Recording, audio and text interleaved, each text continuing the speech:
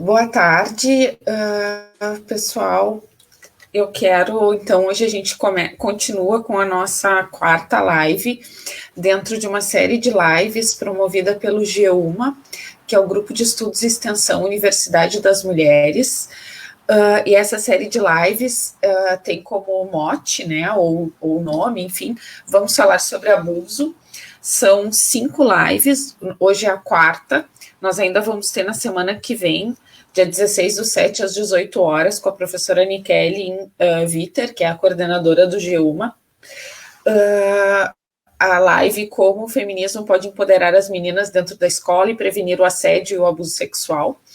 Mas hoje, então, a nossa live é sobre o tema Ética Docente, Infância, Adolescência e Sexualidade. Nós tivemos um probleminha técnico, então uma das participantes, que é a Juliana, a psicóloga Juliana Coutinho, talvez ela ainda entre, nós vamos torcer para que dê tudo certo e ela volte, mas por enquanto, então, eu vou começar apresentando a nossa convidada, Luciana. Bom, antes de tudo, deixa eu me apresentar, né, porque não é todo mundo que me conhece. Então, como integrante do GEUMA, eu sou professora da UFSM, professora do Departamento de Filosofia, eu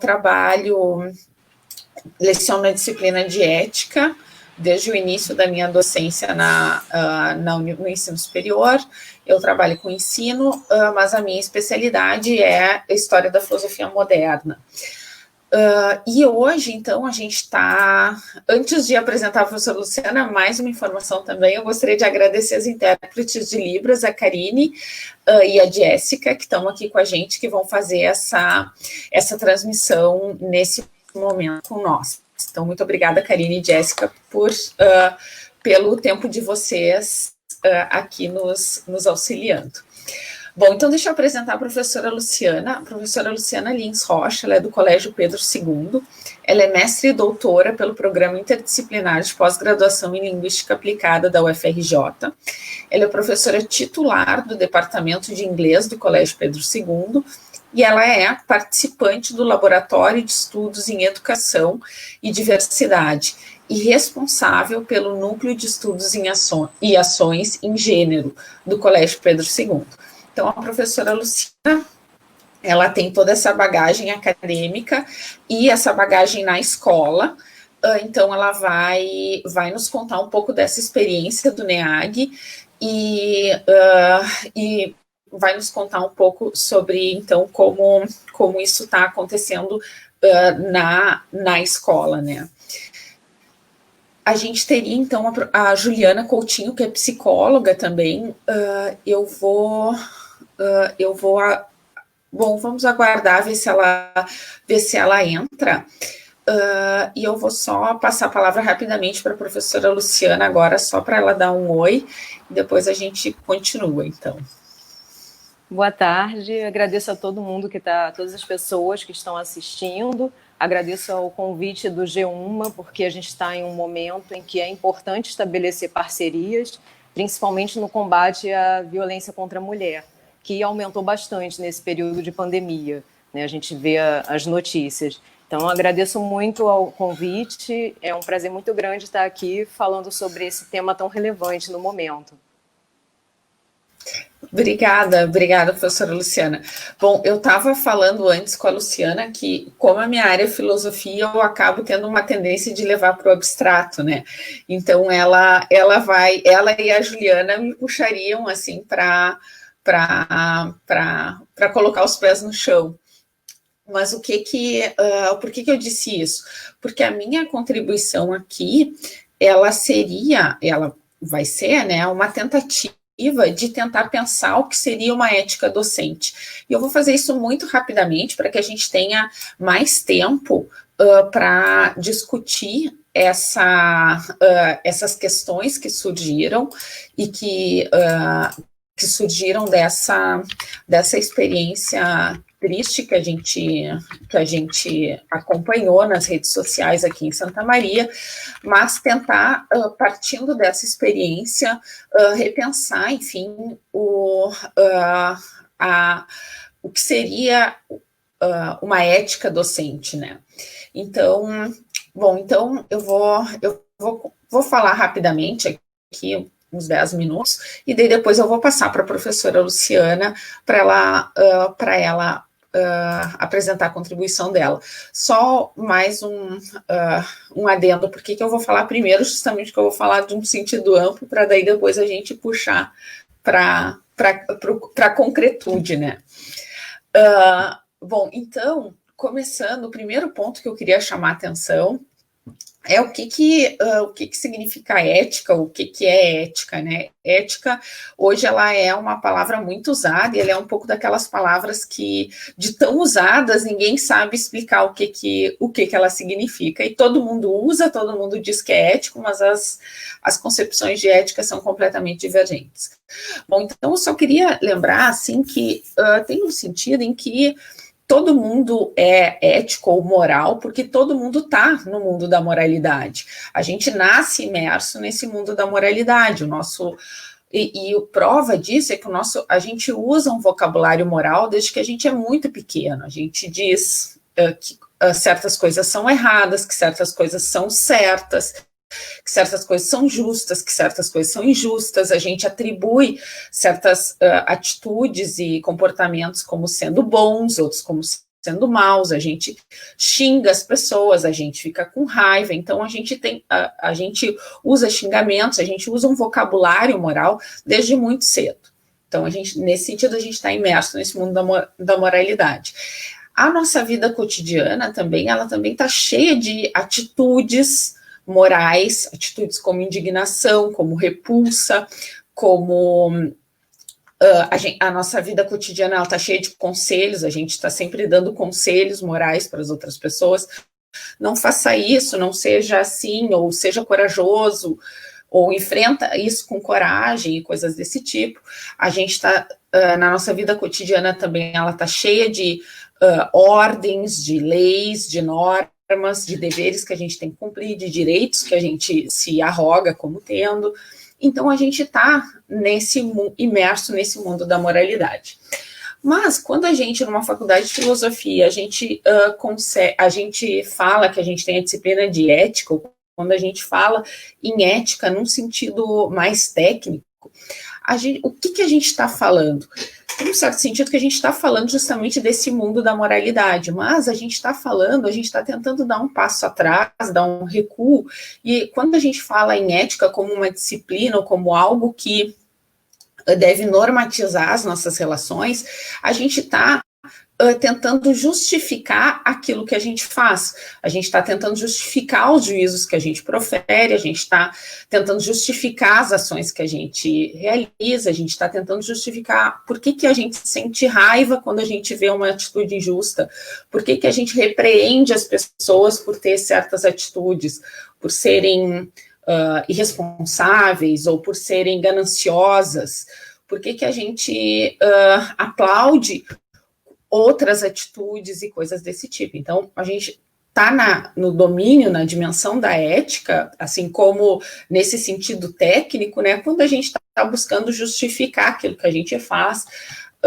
normalmente que todos nós fazemos simplesmente porque nós somos humanos e humanos vivem no mundo da moralidade.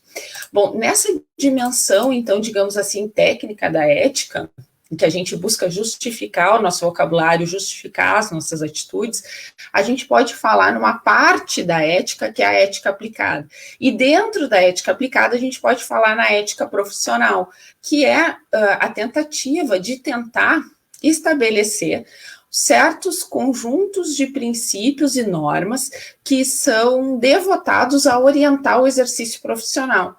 Por exemplo, agora nessa situação de pandemia, a gente ouviu muito falar na mídia de ética médica, de certos protocolos que em alguns países tiveram que ser criados, inclusive aqui no Brasil, pelo Conselho de Medicina ou por alguns conselhos de ética dentro de hospitais, para como os médicos e os enfermeiros, o corpo ali de cuidado dos pacientes, iria lidar com situações extremas, como, por exemplo, situações extremas de falta de recursos.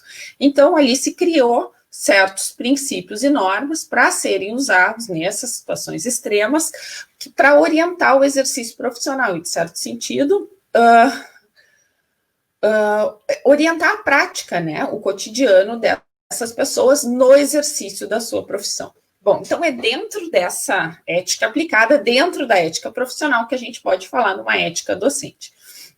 Então, o que seria uma ética docente? Um conjunto de normas ou princípios para orientar a prática docente.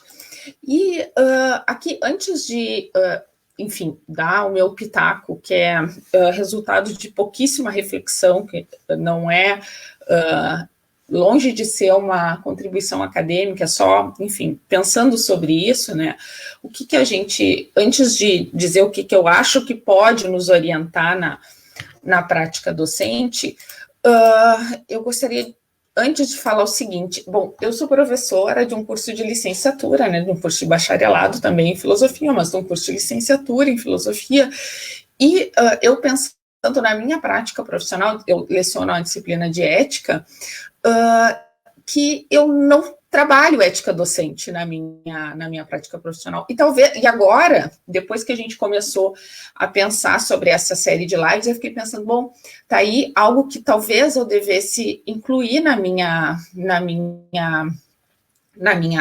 disciplina de ética, justamente porque eu estou formando professores e professoras que vão atuar na educação básica e o engraçado é que quando eu trabalhava numa outra universidade e eu dava a disciplina de ética e cidadania para outros cursos, eu tratava de ética profissional, mas daí quando eu vim para a filosofia, eu não sei se eu tomei como dado que todos os filósofos eram éticos, o que é um absurdo, que a prática nos mostra cotidianamente que é um absurdo, mas eu parei de trabalhar o tema da ética profissional. E talvez fosse interessante, especialmente nos cursos de licenciatura que habilitam profissionais para trabalhar na educação básica, né? Porque aqui eu também queria fazer uma distinção que tem uma diferença que eu acho que é importante, o princípio que eu vou utilizar para basear essa reflexão sobre será que tem uma ética docente, será que pode nos... Será que dá para a gente pensar em alguns princípios que orientem uma ética docente? É justamente que quando a gente fala de educação básica, e depois eu quero muito ouvir a professora Luciana, e uma pena a Ju não está aqui, porque que tem uma história, né, como psicóloga e poderia nos dar esse feedback a partir da psicologia. Quando a gente fala na educação básica, a gente está falando de crianças, né, de crianças e adolescentes. E qualquer curso de licenciatura habilita profissionais para trabalhar justamente com crianças e adolescentes. Então, se é importante ter uma ética profissional para o médico, para médica, para engenheira, para bacharel em direito e assim por diante, igualmente é importante ter uma ética profissional para uma pessoa que vai lidar diretamente, cotidianamente, diariamente com crianças e adolescentes. Então, só estou fazendo uma meia-culpa e pensando que nos próximos semestres eu tenho que incluir esse tema na minha disciplina de ética. Caso eu continue dando disciplina de ética, eu tenho que incluir o tema da ética profissional docente na disciplina de ética, porque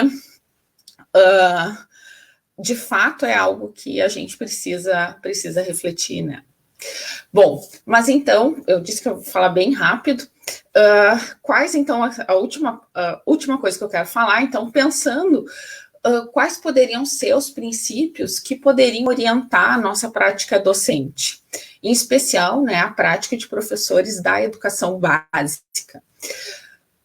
E eu quero propor uma ética docente mínima, que ela teria um princípio único e mais um conjunto de virtudes que seriam balizadas por esse princípio.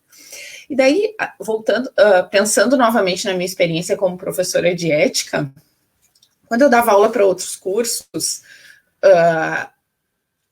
quando a gente ia trabalhar o tema da ética profissional, eu pedia para eles trazerem em geral, pedia para os estudantes trazerem os juramentos que eles teriam que fazer no final do curso. E os fisioterapeutas traziam um juramento que eles iam fazer quando se formassem. Os bacharéis em direito traziam, e assim por diante, a gente lia todo mundo junto, cada um lia o seu juramento, depois cada um redigia o seu conjunto de princípios. E daí eu fui atrás dos juramentos da filosofia, porque eu não lembrava mais eu não lembro qual foi o juramento que eu fiz, assim. E eu achei os juramentos da filosofia bastante vagos, porque eles não falam da filosofia ou do professor de filosofia, eles são genéricos e falam, precisamos ser profissionais éticos, comprometidos com o pensamento crítico e coisas desse tipo, mas não tem nada especificamente sobre o ser professor, o ser educador. Então, é algo que eu acho que a gente realmente tem que pensar, né? Bom, mas então, o que eu sugeriria como sendo um princípio para essa ética docente mínima? O princípio que eu sugeriria seria o princípio da autonomia. Bom, na filosofia, a autonomia, a gente logo lembra do Kant, que diz que a autonomia para Kant, né, é um sentido bem técnico, e diz que é a capacidade de seres racionais de exercerem sua liberdade ao serem capazes de ser guiados pela autoridade da sua razão, tá? Sendo bem genérica aqui. Mas não é exatamente isso que me interessa. A autonomia que eu estou tomando como sendo a consideração por parte do docente de que a gente está lidando com seres cuja autonomia está em pleno desenvolvimento, pensando em professores de educação básica. E o que seria traduzindo esse princípio da autonomia, o que seria essa espécie de consideração pelo desenvolvimento por lidar com seres que estão desenvolvendo sua autonomia? Seria considerar que os estudantes eles estão justamente numa fase da vida em que seus projetos de vida, suas crenças, suas opiniões, elas estão em formação, tá? Isso tudo parece muito abstrato, eu sei, mas o que eu quero dizer com isso? Eu quero dizer o seguinte, se a gente pode pensar uma ética docente, e se a gente pode pensar uma ética docente que tenha como cerne esse princípio, essa consideração por parte do docente, de que aqueles com quem eu estou lidando, eles são seres que estão desenvolvendo a sua autonomia, isso implica uma responsabilidade por parte dos educadores.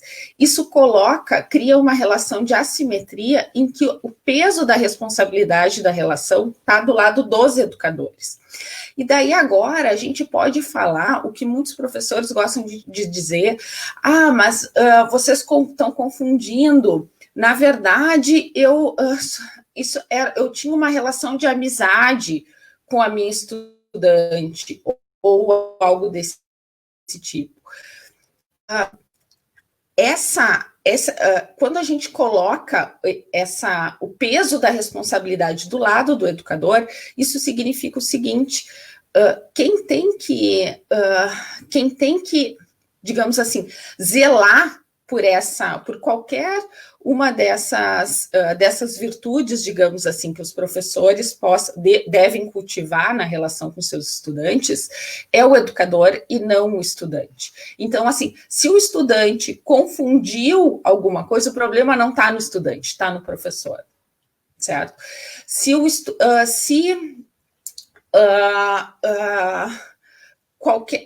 E isso significaria, portanto, que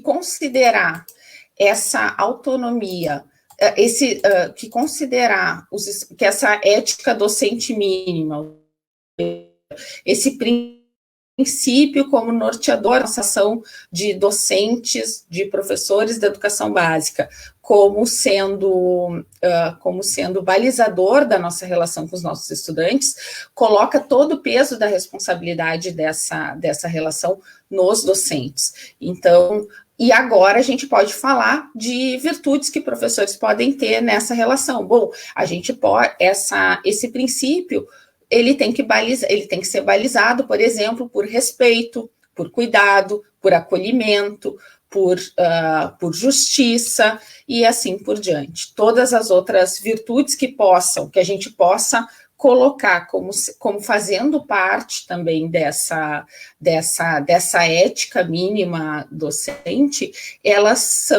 são virtudes dependentes dessa responsabilidade que os educadores têm para com o respeito à autonomia e movimento desses estudantes. Então, daí o professor ele não pode dizer o seguinte, não, mas a estudante ela quis entrar nessa relação de amorosa comigo. Por que ele não pode dizer isso? Porque eu tenho uma relação assimétrica de autonomia aqui, em que a responsabilidade ela está do lado do professor e não da estudante, certo? Então, e aí a gente pode falar, e daí a gente teria um princípio para dizer onde a gente não pode, a gente teria um princípio do qual nós não poderíamos abrir mão, ele não poderia funcionar como um refúgio para justificar atos de abuso ou de assédio na escola.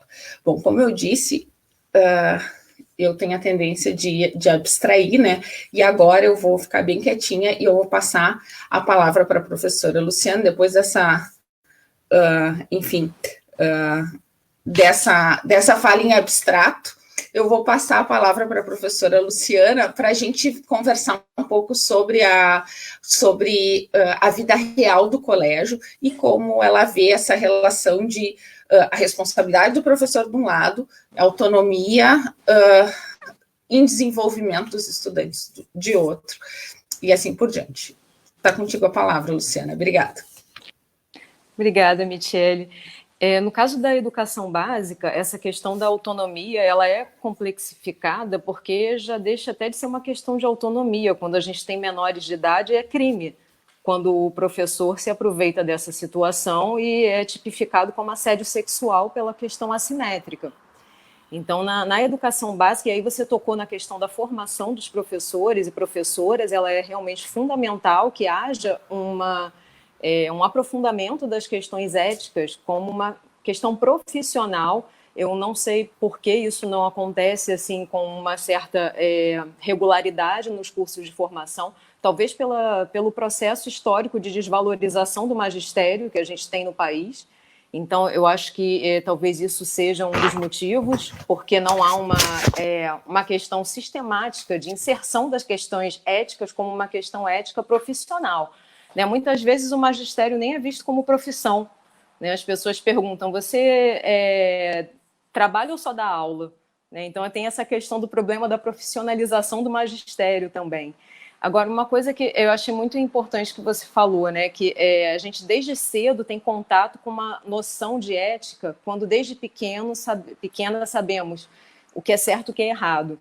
Tem uma outra questão que desde pequena é apresentada para a gente também, que é o machismo. E daí vem toda essa questão do assédio, porque os meninos aprendem desde muito cedo que eles podem ser agressivos, que o corpo da menina, quando está num local público, o corpo é público também. Né? Daí o puxão de cabelo do braço na balada. Então, assim, várias questões são trabalhadas desde a mais tenra infância com as meninas e os meninos. E muitas vezes as meninas não se enxergam numa situação de abuso, de assédio. Daí a importância de discutir essas questões desde a educação básica para empoderar essas alunas. A próxima live acho que vai aprofundar mais essas questões, né? Como a luta feminista pode empoderar as meninas no combate às violências. Mas eu vou falar rapidamente sobre a experiência que eu tenho lá no Instituto Federal, onde eu atuo, lá no Colégio Pedro II. Desde o Grêmio de Alunos e Alunas sempre promoveu discussões sobre gênero e sexualidade, convidando especialistas para fazer mesas redondas, debates, rodas de conversa. E a partir de 2014, a escola institucionalizou, tomou como um projeto para a escola o debate sobre gênero.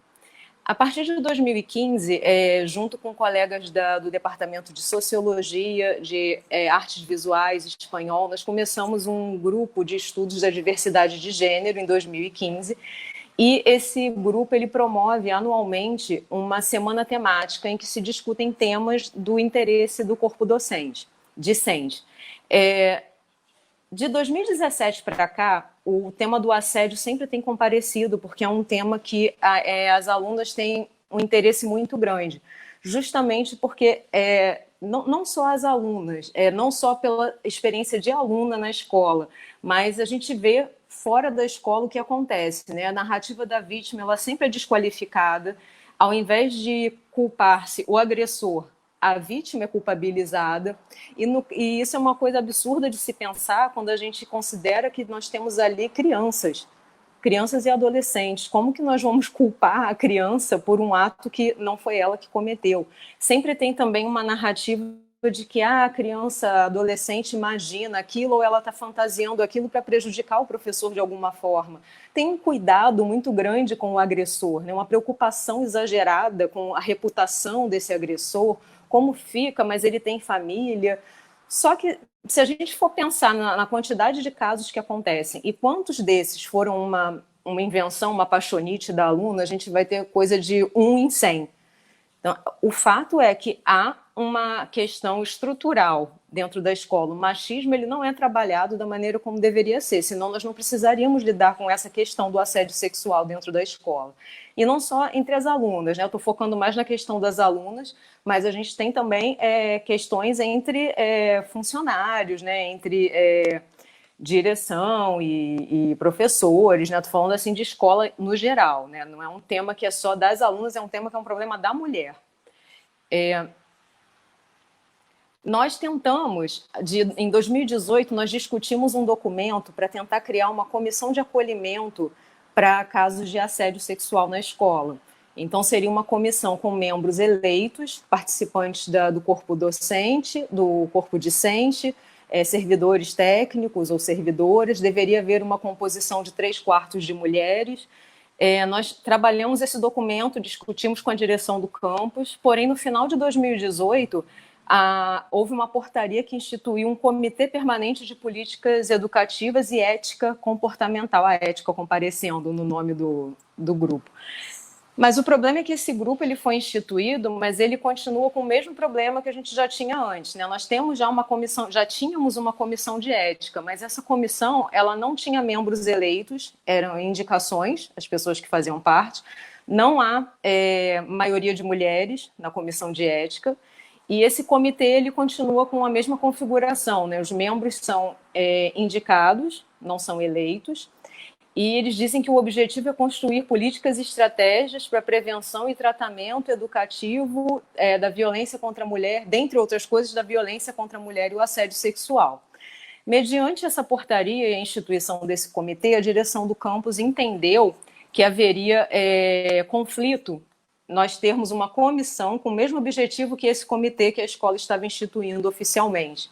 E nós não pudemos estabelecer a nossa comissão, né, que você deveria ter começado a trabalhar ano passado. Então, nós transformamos essa comissão num grupo de apoio e orientação em casos de assédio. Já que a orientação, eu acho que é o ponto principal, né? As alunas precisam saber como elas devem proceder e elas têm que saber reconhecer o que é um assédio, quando elas estão sendo vítimas de assédio. Então, algumas orientações que nós passamos para as alunas são as seguintes, né? A primeira coisa é saber como é a relação familiar dessa aluna, se a família estaria disposta a apoiar, porque eles só aceitam o andamento do processo chamando as partes para se pronunciarem sobre a denúncia. E a aluna precisa estar disposta a fazer formalmente uma denúncia. Nós até poderia haver denúncia de terceiros, mas eles vão chamar as partes interessadas, vai acabar havendo uma certa exposição. Então, tem que haver concordância da vítima para que haja o processo iniciado. E a gente orienta sempre a primeiro abrir um processo institucional, administrativo dentro da instituição. Né? Algumas alunas, às vezes, acham que é melhor ir direto para o processo fora, né, para o penal, mas a gente orienta primeiro a estabelecer no colégio, né, um processo administrativo. Outra coisa que a gente orienta, se há provas suficientes para não acabar havendo só uma exposição da vítima e nenhuma punição para o agressor. Então, uma coisa que é importante é sempre anotar dia, hora, local, o que aconteceu, quem estava presente, para poder servir de testemunho. Muitas vezes a gente não tem uma prova concreta, mais cabal do que houve, mas se juntarmos vários relatos, a gente pode ter uma conduta reincidente, né, repetitiva daquele agressor. E isso pode acabar se transformando num processo e o que nós esperamos é que haja uma punição. Para evitar violência, nós orientamos as alunas. O mais absurdo disso tudo é que nós temos que orientar, nós, mulheres, temos que nos cuidar, porque a sociedade, infelizmente, não faz por nós. Então, a orientação é, às vezes, para que as meninas tomem cuidado, quando deveria ser para o agressor não ser agressor, né? Não agredir. Então, nós dizemos que elas não devem estar sozinhas com professores.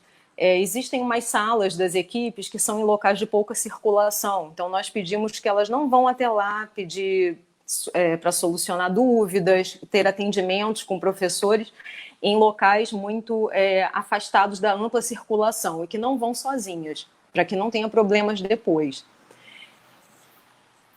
Bom, eu encaminhei para vocês, eu não sei, acho que depois vocês devem colocar na página, né, uma cartilha que foi elaborada pelo Grupo de Trabalho Mulheres do Sindicato de Servidoras lá do colégio.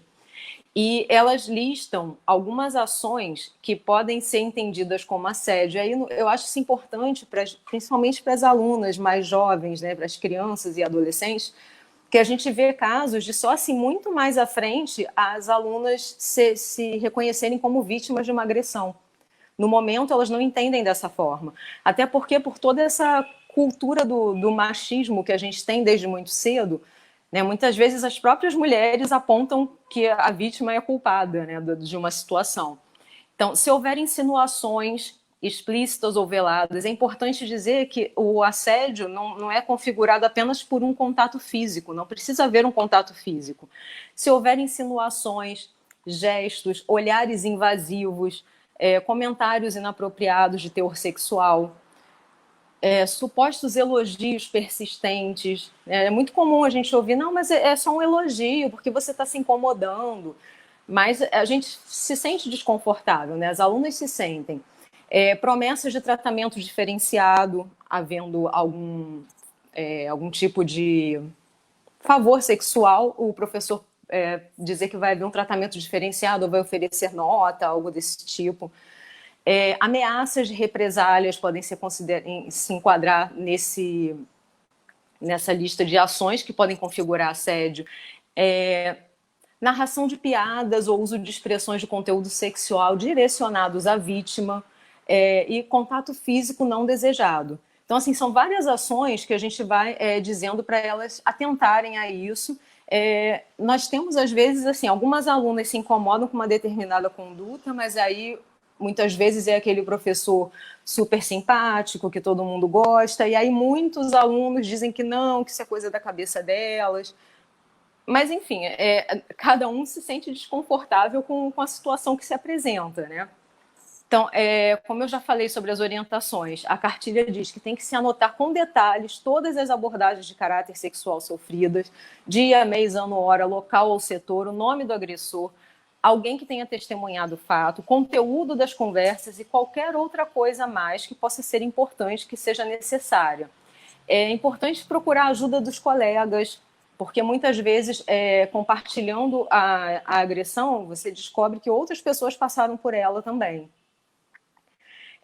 Se houver como reunir provas, dar print de interações em redes sociais, porque de vez em quando acontece, a gente vê principalmente em redes sociais, as alunas subindo hashtag, falando sobre professor abusador, sobre assédio na escola, e a gente vê que elas têm prints de conversas inapropriadas com professores.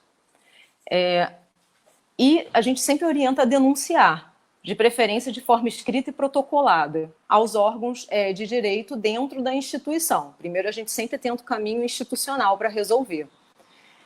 E, se possível, dizer... porque em algumas situações de assédio, as mulheres relatam que ficam congeladas, sem saber como agir. Se possível, dizer não, nitidamente, dizer não ao assediador, para que isso fique registrado. Né? Um pouco antes de começar a live, a gente estava conversando aqui, né, Michele, sobre a questão do serviço público e do privado, né? Porque eu trabalho no Instituto Federal, você na universidade, são instituições públicas, e a gente sabe que a demissão do servidor público em função de alguma conduta inadequada, ela não é algo tão simples de acontecer. Né? A gente tem, a nossa ética, ela é regida por uma lei que fala como o servidor público deve atuar, E a gente pensa, então nas instituições privadas a questão do assédio não é uma questão, porque, né, o professor pode perder o emprego, né, há toda essa problemática. Mas a gente vê que justamente nas instituições privadas é onde começam as hashtags. Né? As minhas alunas de iniciação científica em 2018 fizeram um trabalho sobre a hashtag assédio é hábito nas escolas. E em 2018, em agosto de 2018, as alunas de uma escola particular, uma escola da rede privada aqui do Rio de Janeiro, subiram uma hashtag assédio é hábito na escola X, dizendo onde era, e começaram a relatar diversas situações pelas quais elas passaram, e que são situações completamente absurdas. E o mais absurdo é que a instituição não toma uma atitude. A atitude que é tomada muitas vezes é contra a vítima. O agressor ou simplesmente é transferido de unidade, ou é transferido de turma, muda a turma para não ter contato mais com a aluna, e os casos se encerram aí. Quando a própria aluna não é tida como, não sei, você que está inventando, né? Ela é louca, não aconteceu nada daquilo. E isso é muito comum, pelo que a gente observa em cursos privados, escolas privadas, que não primam pelo acolhimento, que só querem saber de números e aprovações em concurso, em Enem, vestibular, enfim. A gente percebe que justamente aqueles professores que são denunciados, muitas vezes não perdem o emprego porque são professores que garantem muitas aprovações, são considerados competentes nesse âmbito, de garantir aprovações para o curso preparatório. Então, as minhas alunas em 2018 fizeram esse trabalho em que elas analisaram a hashtag e, majoritariamente, eram alunas de colégios privados do Rio de Janeiro que faziam as denúncias. E a gente vê, engraçado a ética, né? Eu estava recuperando o trabalho das alunas em 2018 e houve uma das instituições que emitiu um comunicado oficial citando a ética. Só que citando a ética para dizer que as alunas não poderiam citar a instituição em redes sociais, difamando a instituição. Então, assim, a culpa é das vítimas, sempre, né? Sempre eles dão um jeito de colocar a culpa na vítima. E eles, inclusive, apontavam artigos do Código Penal com os quais eles poderiam processar as alunas que fizessem denúncias em rede social. Uma coisa, assim, absurda. Eles começam a carta dizendo que nós somos contrários a qualquer tipo de violência, mas pega lá, presta atenção, olha a ética. Se falar mal da gente, nós vamos usar os artigos XYZ do Código Penal e vocês vão ver só. Então, assim, não resolveu o problema do assédio. Então, eu acho que é uma situação muito complicada, porque a gente está falando de crianças, de meninas, de adolescentes, e por mais que o professor diga, mas ela quis se envolver, não, ela não quis nada. A lei diz que ela não tem que querer nada, né? Inclusive, com menos de 14 anos, por mais que ele diga que ela quis, foi estupro, é isso que a lei diz. Se aconteceu alguma situação, algum relacionamento do professor com a aluna. Então, eu acho que essa questão ela é muito séria. Os cursos de formação de professoras e professores têm que lidar com isso, como a Michele apontou. E o que a gente pode fazer para tentar combater isso na escola, primeiro, é tentar algumas intervenções que chamem a atenção dos professores, para que a gente evite essas agressões. E depois orientar as alunas também. Porque eu acho muito ruim quando a gente fica focando só nas alunas, porque parece que é uma continuação desse discurso que já está naturalizado de que a culpa é sempre da vítima. O problema não são os alunos, o problema são os agressores, são os professores que, não sei, talvez movidos por esse machismo estrutural que a gente tem, acham que se a aluna, a adolescente se insinuou de alguma forma que ele tem o direito de fazer aquilo quando não tem. Né? A gente sabe que a responsabilidade é toda do professor, a gente está numa situação de assimetria hierárquica. Então, essa que é a experiência que a gente tem lá, nós não conseguimos ainda, não temos uma situação ideal ainda. O que seria ideal seria que nós temos 9 campi, né, o Instituto Federal. O ideal é que cada um deles tivesse uma comissão de acolhimento, porque a escola tem um comitê de ética, tem essa comissão que foi criada em 2018, mas é uma comissão para todos os casos que acontecem em todo o Instituto Federal. Então, a questão é lenta, nem sempre é possível atender. os atendimentos no comitê de ética são marcados e às vezes o interessado não comparece, então aquilo se arrasta, marca novamente, marca, e acaba a coisa passando e não tendo uma solução. Uma solução não como deveria ser, né, com a punição do agressor. Então, eu acho que é isso. A gente está tentando atingir os professores. Nós fizemos em 2015, pedimos às alunas e alunos que depositassem numa urna situações de machismo, racismo e homofobia que eles tivessem vivenciado na escola. E eles se sentiram como numa catarse e escreveram todas as falas machistas e racistas que eles tinham ouvido de professores em sala de aula. Então, nós pegamos essas falas, tiramos as identificações de nome, quando eles colocavam o nome do professor, e fizemos um mural. Foi uma confusão enorme, alguns professores tentaram se justificar com as turmas, acharam que estavam sendo expostos, mas não havia nome de ninguém ali. Depois disso, nós percebemos que houve uma certa mudança, algumas equipes até se aproximaram do grupo, tentando algumas ações conjuntas, e essa questão das falas em sala de aula diminuiu um pouco em relação ao que acontecia antes. Então, eu acho que é isso, tentar intervenções com os professores. Os cursos de formação de professores são importantes porque, assim, todo agressor passou pela escola, a gente tem que começar do início, bem do iniciozinho da educação básica. Então, eu acho que é isso. Se alguém tiver alguma pergunta, depois a gente se fala mais. Obrigada. Oi, pessoal. Eu tive um certo probleminha aqui.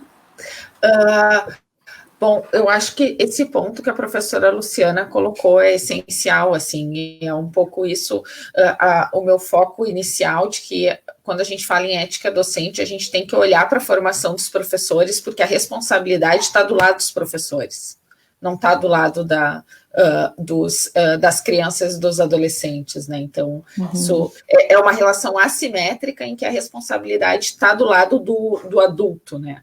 Na situação. Mas agora, então, a gente tem a Juliana. Eu acho que a Juliana...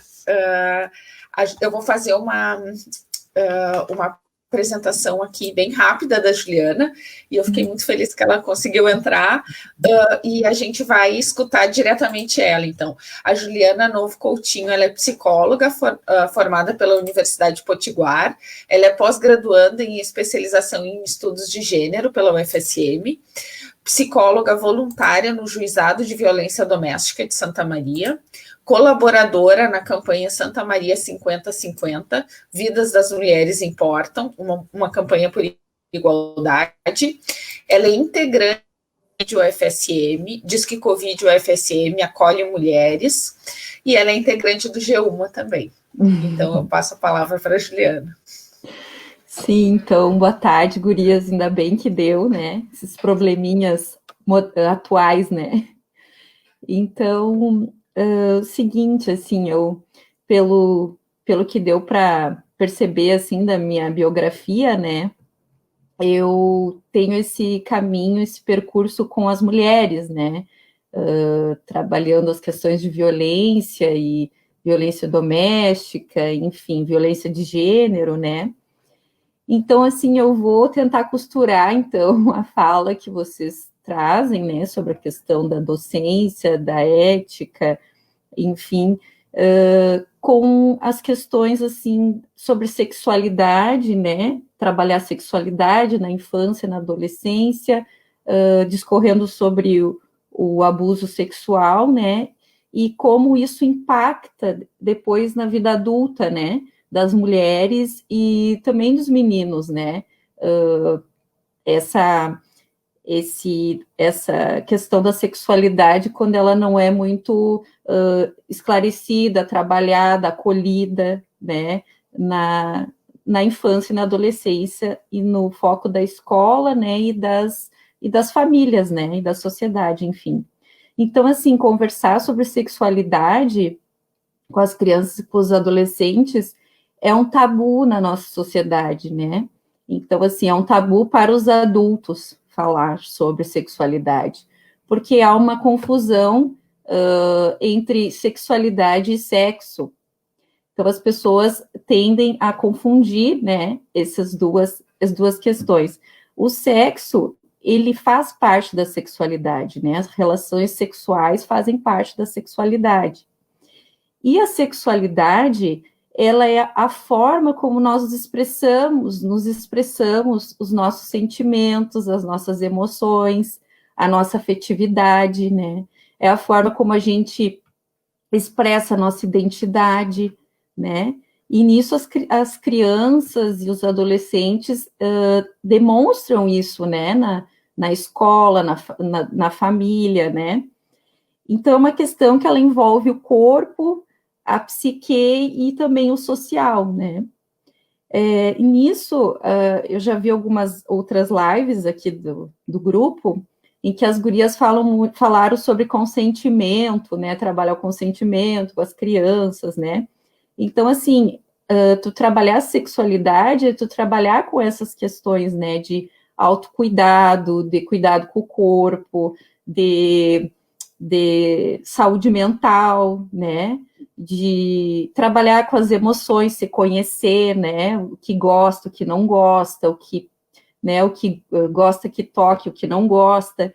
Então, nisso, tu vai, de certa forma, introduzir os assuntos de abuso, né? Trabalhar o abuso sexual, né? Como uma forma de prevenir, né? No momento que tu estás colocando essas questões, dando lugar para as crianças e para os adolescentes falarem sobre os seus sentimentos, né? Sobre as suas emoções, sobre o que realmente gostam.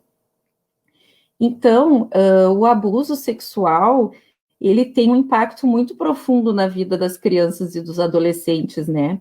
Ele é um evento extremamente traumático, né? Que afeta o desenvolvimento emocional, cognitivo e o social também, né?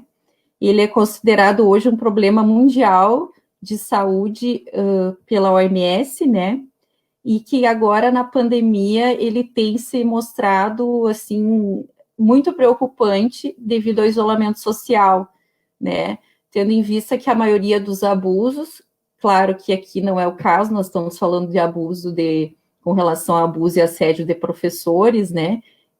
Mas as crianças, elas sofrem, na sua maioria, o abuso é dentro de casa, né? São pelos responsáveis, pelos pais, pelas pessoas que são, enfim, cuidadoras.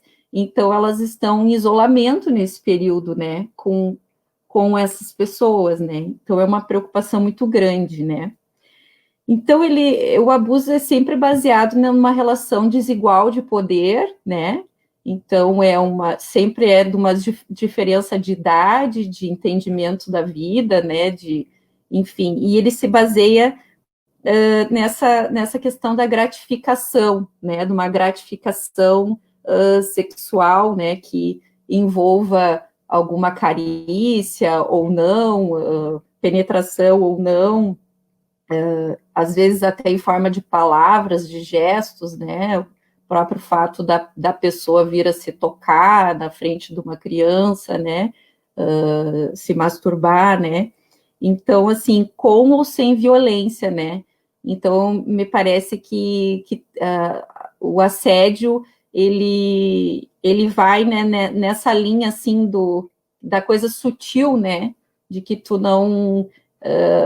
assim, as pessoas dizem, mas não foi abuso, ele só falou que ela é muito linda e passou a mão no cabelo dela, né? No caso, professor, né?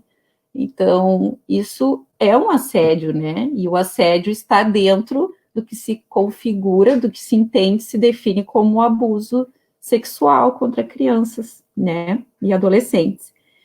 Então, assim, na história, assim, da infância, né? E, enfim, da adolescência, conceito de infância e adolescência é algo muito novo, né? Então, historicamente, a criança não era um sujeito de direito, né? Então, nem o adolescente. Aqui no Brasil foi a partir da década de 90, né? Com o Estatuto da Criança e do Adolescente. Então, assim, o que a gente percebe, acho que a professora Luciana trouxe, e é a questão estrutural, né? Que há envolto do abuso, né? a questão cultural e estrutural, né? E agora eu gostaria, assim, de trazer para reflexão com respeito a isso, que tem dados que mostram que os abusadores, eles são reincidentes, né? Então, sim, eles não abusam somente uma vez, ou aquela criança, ou outras crianças, né? Ou outras adolescentes, né? Então, há uma reincidência, que isso mostra que há um fenômeno estrutural, né?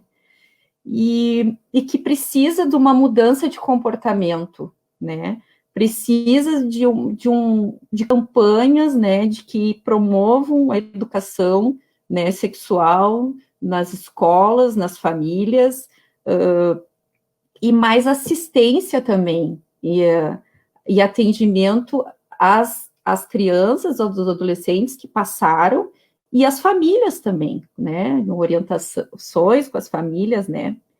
E um dado, assim, que eu acho bem importante é que 30 e poucos por cento dos abusadores foram abusados na infância, né? Então, assim, ó, isso me faz questionar como, assim, nós não enfrentamos essa questão dos abusadores, né? Nós colocamos embaixo do tapete, deixamos para que a justiça, ela se deu o destino, né? Ficamos mais na questão punitiva, né? E a gente não trabalha o que realmente está na raiz da questão, né? Que é essa cultura, né, machista, patriarcal, né, que o poder está centrado, né, no homem, né? Então, o que está então, os mais vulneráveis, que são as mulheres, as crianças, os idosos, eles sofrem mais as violências, né, praticadas por essa estrutura, né. Outra questão que eu gostaria de falar é com relação ao conceito de monstro, né, porque tende a se chamar esses abusadores de monstros, do velho do saco, essa forma que se explica para as crianças, né. E no momento que tu diz que o abusador ele é um monstro, tu distancia isso da vida da criança, né? Então, é um monstro, então um monstro é algo que é lá longe de mim, né? E na verdade, não, tu tens que trabalhar que a pessoa que é abusadora, ela é um homem e ela é uma mulher, porque nós sabemos que tem mulheres que também abusam, né? Então, que envolvem a criança nesse ciclo, né, de que o abuso, ele é um ciclo, né, de sedução, de ameaça, de medo e de culpabilização, né.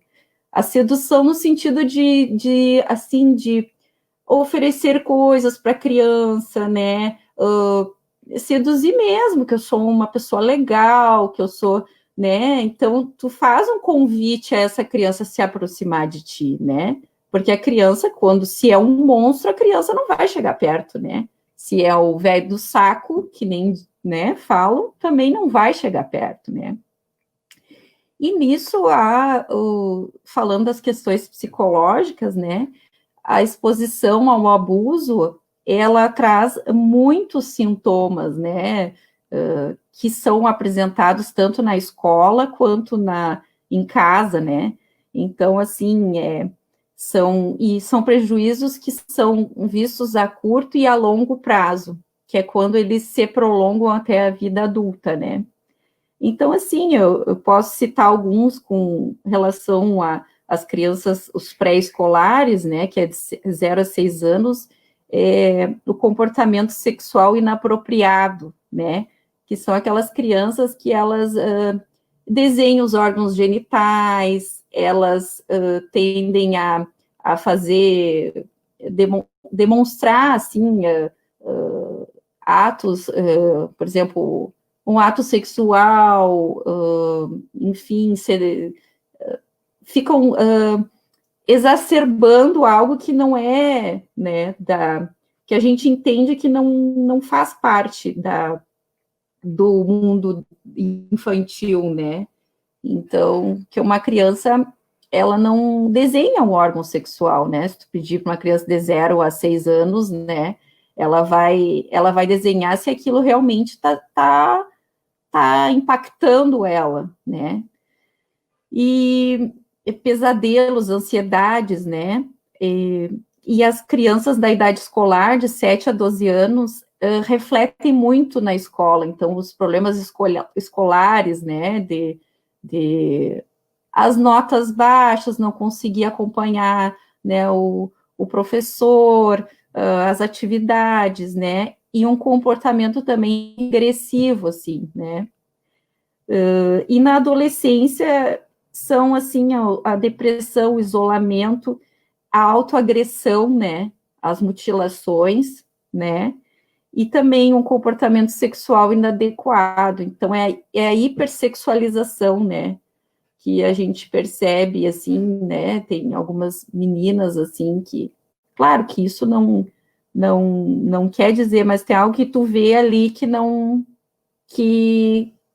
tá fazendo parte do desenvolvimento, né?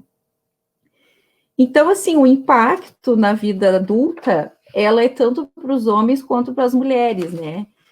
E para os homens, se expressa muito nos transtornos, porque, assim, o impacto, eles são em 3 áreas, né? Na área afetiva, na área cognitiva e na área comportamental. E para os homens, na área comportamental, é a questão da violência, né? É bem frequente a violência, né? Os homens demonstrarem isso. E as mulheres é na autodestrutividade. Então, quando a gente fala, então agora falando sobre a violência contra as mulheres, isso é uma questão, assim, né? Então, o homem violento e a mulher autodestrutiva, né? E as mulheres que, até tem umas pesquisas que mostram que as mulheres que sofreram violência doméstica passaram por abuso sexual e na infância, né? E na adolescência. E às vezes, assim, ó, a gente falando de abuso sexual, mas por vezes não há o abuso sexual, mas há o abuso moral, né? É tu humilhar essa menina, né? Tu agredir, tu bater, as pessoas que cuidam, no caso, né? Então, assim, afeta a autoestima dessa mulher, ela tem dificuldade de confiar nos outros. Então, nisso gera uma série desses sintomas autodestrutivos que eu falei, que faz com que a mulher se coloque em situações, assim, de risco, tá? E ela passe a se revitimizar, no sentido de que ela se coloca em relacionamentos em que os parceiros também são agressores e também são abusadores, entendeu? Os estudos apontam isso, né? Que há uma relação significativa entre experiências de violência física e sexual durante a infância e situações de violência física e sexual com parceiro na vida adulta. Então, há sérios problemas de sexualidade, né? Então, porque há uma distorção, né? No sentido de que, da percepção, no sentido de que aquela pessoa que eu confiava na infância, né? Que eu gostava, que eu confiava, ela quebrou aquela confiança comigo, né? Ela me abusou, né? Então, essa mulher, ela tem uma dificuldade de estabelecer essa relação de confiança com o outro, ou de se colocar numa relação violenta, no sentido de que ela vai ali reviver aquela história de novo e vai tentar inconscientemente consertar aquilo. Não sei se vocês conseguem entender isso, mas é algo da psique mesmo, assim, né? Então, assim, eu não sei se eu tenho mais algum minutinho para falar, mas, assim, encerrando, eu gostaria, assim, de dizer que há um fator muito importante de classe, assim, né, que acho que é importante a gente dizer, né, que não é igual para todas as crianças, a questão, e dos adolescentes, a questão do assistência, né? Isso é uma coisa muito importante. A gente não tem essa assistência na rede pública, né? Assim, a gente vê agora esse movimento das mulheres denunciando nas hashtags, né? E a gente tem no Brasil 30 e poucos, 40% de pessoas que não têm acesso à internet, né? Então, a internet, ao mesmo tempo que veio para empoderar, né, as mulheres, dar voz, né, tem muitas que não têm acesso, né? Então, são essas questões, mais ou menos, que eu queria colocar. Obrigada, Juliana. Enfim, olhando assim as falas, me parece muito complementar a gente pensar, porque a gente começa a pensar sobre essa questão do assédio, do abuso na infância e na adolescência, e essa questão ela tem vários lados, né? Tem um lado, por um lado, que foi mais o que eu trouxe, assim, da formação deficitária do professor, que não é discutida a ética docente, não é discutida a responsabilidade, não é discutida esse tipo de coisa na formação do professor, né? Enfim, claro, eu trouxe a minha experiência, não é representativa de todas as faculdades e tudo, mas enfim, vale o que vale, e os dados mostram que, de fato, se acontece abuso e assédio por professores e professoras, claro que bem menos, especificamente no caso de assédio e abuso sexual, bem menos por mulheres e mais por homens, é um fato de que na formação também tem alguma falha, e por outro lado, a falta de conhecimento e de das próprias crianças e adolescentes, por esse ser um tema tabu, né? E por ter tudo. Primeiro, não se fala sobre isso. Segundo, quando se fala, se pinta o abusador como o velho do saco, né? Que foi como um monstro. E daí, isso foi algo que apareceu também na fala da professora Luciana, né? Em geral, o abusador, ele é aquela pessoa que é sedutora, que tem uma rede de pessoas que vai dizer, não, capaz, jamais ele faria isso. A menina entendeu errado, não era só amizade. Como se a responsabilidade com a amizade, numa situação hierárquica, que é uma sala de aula, ela não fosse do adulto da situação, né? E não... se alguém entendeu mal alguma coisa, foi o adulto, não foi a criança, né? Ou o adolescente. Então, eu acho que tem essas duas partes. A gente tem que atacar, por um lado, na formação, por outro lado, na educação sexual na escola. Não tem outro modo de fazer com que as crianças entendam o que está acontecendo e consigam denunciar. E, claro, né, o terceiro lado da história é como isso vai ser acolhido institucionalmente, né? Daí a professora Luciana trouxe, enfim, então são três lados, é a formação do professor, é como isso se acolhe institucionalmente e é como empoderar essas crianças e adolescentes para que eles possam denunciar, para que eles não tenham vergonha e para que eles possam entender o que está acontecendo, né? Que não é normal, não é natural ter medo de ir para uma sala de aula, por exemplo, não é ter medo de um olhar, ter medo que tu vá ser tocado, que vão fazer piada ou que vão fazer algum tipo de insinuação sobre o teu corpo, né?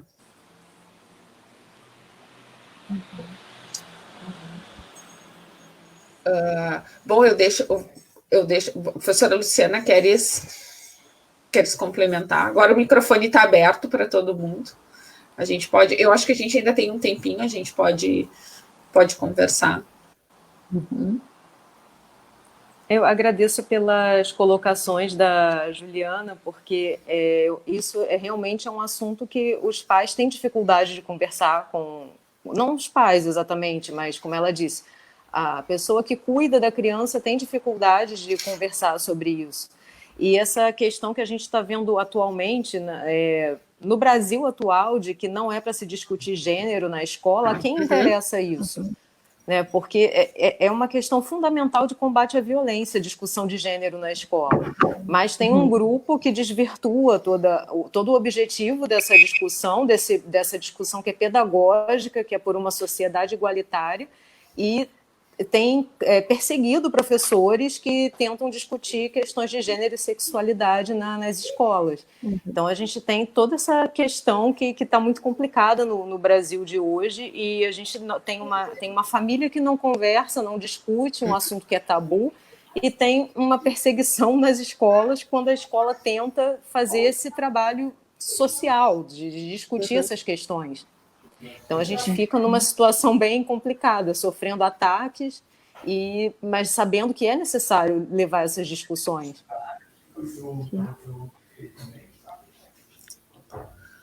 Sim, sim. E o quanto isso como a Juliana coloca, né, o quanto isso reverbera na vida adulta das pessoas.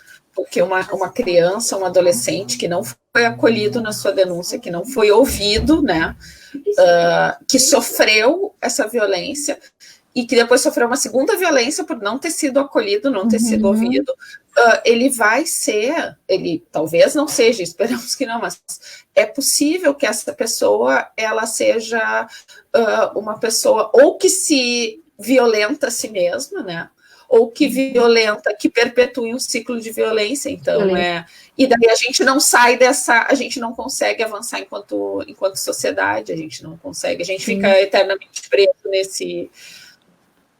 nessa situação. É exatamente isso, né? Me parece que há uma onda, né, conservadora, enfim, que não quer que se mude a cultura, né? Que quer se manter nesse lugar, né, enfim, né, de poder, né, e não quer que se mude a cultura, porque no momento que tu começar a trabalhar sobre educação sexual com a criança, tu vai começar a mexer em muita coisa, né, a criança vai mexer em coisas dentro de casa, né, então aí a família vai ter que também se rever, e assim vai indo uma cascata, né? Tu vai, consequentemente, as consequências vão mudar na idade adulta, né? A questão do... Uma pessoa chegou aqui agora. Que amor. Então, muitas coisas vão mudar, coisa fofa. Pode deixar. Pode falar, Ju, pode falar. Não, aí estava falando justamente, né, sobre a cultura, né, que como se né, não há esse interesse, né, por parte de alguns, né, vamos falar em alguns, né, não vamos falar que são todos, né, então, por alguns, né, e nós realmente não estamos no momento, assim, muito... Nós estamos sendo aqui muito pioneiras, assim, não é pioneiras, transgredindo, assim, falando, né? Porque nós estamos num momento bem difícil para falar sobre esses assuntos, né? De gênero e de educação sexual. Mas, enfim, eu acho que nesses momentos, nessas situações de dificuldade, que a gente tem que lutar mais, né? E não se calar e não desistir, enfim. Bom, gurias, assim, eu acho que o nosso tempo já estourou, né? A gente tinha combinado 1 hora, já foi 1h10. E queria agradecer muito a participação da professora Luciana, em especial, né, que veio compor com a gente, né, Ju, do G1, e agradecer novamente as gurias da Libras, a Jéssica e a Karine, agradecer o Wellington da técnica, e enfim, e dizer que a gente fica com uma agenda, né, uma agenda de trabalho, que é olhar para a formação docente, olhar para a escola como uma instituição que precisa ser mais acolhedora e precisa olhar para essas denúncias, né? E olhar para as crianças que, enfim, para a criança na integralidade, né? Como a Ju falou, a sua integralidade psíquica, comportamental, tentar reconhecer esses sinais. Eu queria dizer também que a professora Luciana deixou a cartilha, a gente vai tentar colocar na página junto com o vídeo. A cartilha é muito informativa e ela pode ser um ponto de partida para quem está assistindo e é de escolas, né? Pode ser um ponto de partida para começar uma discussão sobre assédio e abuso nas escolas. A Cecília está contando. Olha lá. Oi, Cecília. Dá um oi lá, Ceci. Oi, Cecília. Oi, dá um oi. Oi. Que amor. Então tá. Queria agradecer. Um abraço, Luciana. Gostei muito de te ouvir. Obrigada. Um beijo, Miti. Obrigada. Tá. Queria agradecer o convite, foi muito produtiva à tarde a conversa que a gente teve. Acho que é importante para professoras, para as famílias ouvirem também, professoras e professores. Obrigada pelo convite. A gente tem que estabelecer parcerias, como a Michele falou, nesses momentos de crise que a gente precisa avançar mais. Com certeza. Obrigada. Então tá, muito obrigada, gurias, muito obrigada. Até a próxima. Tchau. Tchau. Tchau.